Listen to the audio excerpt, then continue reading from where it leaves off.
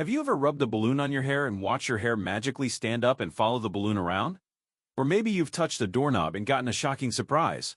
Today, we're going to explore the amazing world of static electricity and discover exactly why your hair decides to defy gravity and stand up on.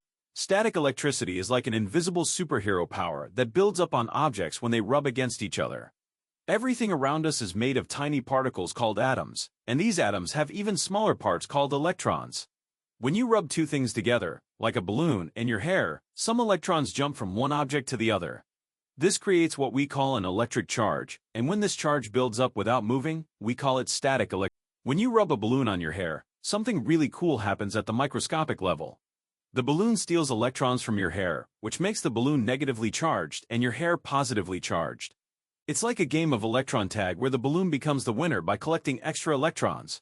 This process is called charging by friction, and it happens whenever two different materials rub against each other. The harder and longer you rub, the more electrons get transferred. Just like magnets, opposite electric charges have a special relationship where they're drawn to each other like best friends. Your positively charged hair wants to get back together with those electrons that the balloon stole. This creates an invisible pulling force between your hair and the balloon, kind of like an invisible rope connecting them. The closer the balloon gets to your hair, the stronger this pulling force becomes, which is why your hair seems to reach out toward the balloon. Here's where things get really interesting. Each strand of your hair becomes positively charged after rubbing with the balloon. Since all your hair strands now have the same positive charge, they start pushing away from each other like kids who don't want to share their toys. This pushing force between like charges is called repulsion, and it makes each hair strand try to get as far away from the others as possible. The result is your hair standing up and spreading out in all directions, creating that wild scientist look. You might notice that static electricity works better on some days than others, and there's a scientific reason for this. When the air is humid or moist, the water in the air helps the electric charges leak away from objects before they can build up. It's like having tiny invisible drains that let the charges escape back into the air around us. This is why static electricity is much more common in winter when the air is dry, or in air-conditioned rooms where the humidity is low. There are several tricks you can use to control static electricity when it becomes annoying.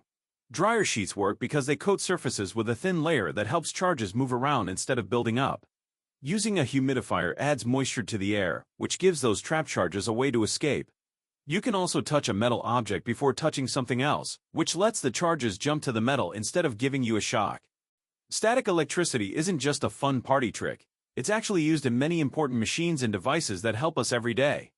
Copy machines and laser printers use static charges to make the ink stick to paper in exactly the right places to create text and pictures. Air purifiers use static electricity to grab dust and particles out of the air we breathe.